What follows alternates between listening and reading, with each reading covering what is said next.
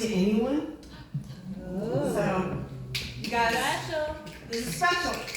I call this story Good Looking Steve Bird, but I guess it would probably be more along the lines of a story that, I don't know, gave me hope, gave me belief. My brother, David, was 13 when I was born, so I was that sister. Just go ahead and imagine. He was 13. Any friends that he brought over to the house, I was all up in their business. All up in their business. But he had this one friend, Steve Bird. And I called him that good-looking Steve Bird. Steve Bird had curly hair and like a jacked up six-pack of abs. I mean, just tan, right, I mean, he was, and I look back on this now and I think, maybe the wife beater that was cut half, maybe should have been a clue, I don't know. There were lots of little things, but it was the little things that just, he was so sexy. The way that he could light his cigarette with his match off his boot. What? As a 6-year-old, that just, that did it for me.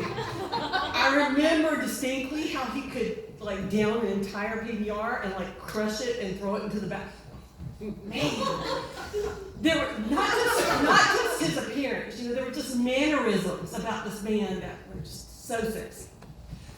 When I was at Windsor Academy, it's a private school here in Macon, when I was probably about 3rd or 4th grade, that was 10, 11, I had grown up watching Steve Bird come into our yard, do these things with my brother.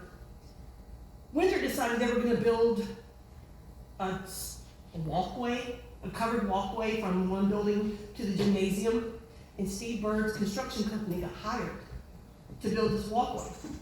I thought I was the coolest bitch at Windsor Academy because I would walk, I had distinct memories of walking while they were still building this, and Steve would look down from building this, hey Virginia.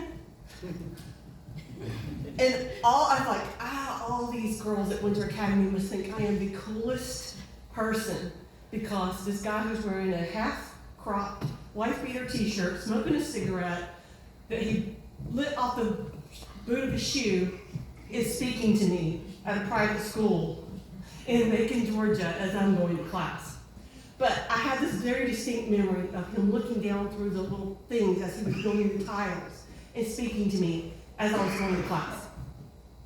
That was when I was in 3rd grade. Fast forward to 1992.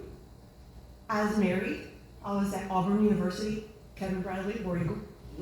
Had to pull that out. And I went to sleep, had a dream that I was walking as a third grader down that same path, and Steve Bird looked down at me, and he goes, hey, David just wanted me to let you know that everything's okay. And I didn't think anything about it. I woke up, I told my husband, I was like, the weirdest dream. This guy that I used to have the biggest crush on, that was my brother's best friend, I just had this dream that he looked down at me and said everything, that David wanted me to know everything was going to be okay. I was like, oh, that's weird. Don't worry. Later that night, as we were getting ready for dinner, my mom called. And she said, I just want to let you know, your brother just died. My brother David had had a massive heart attack throwing baseball in the front yard with his oldest son. And when she told me that, I went back to that dream. And I said, Mama, I've been told everything's going to be okay. He's in a good place.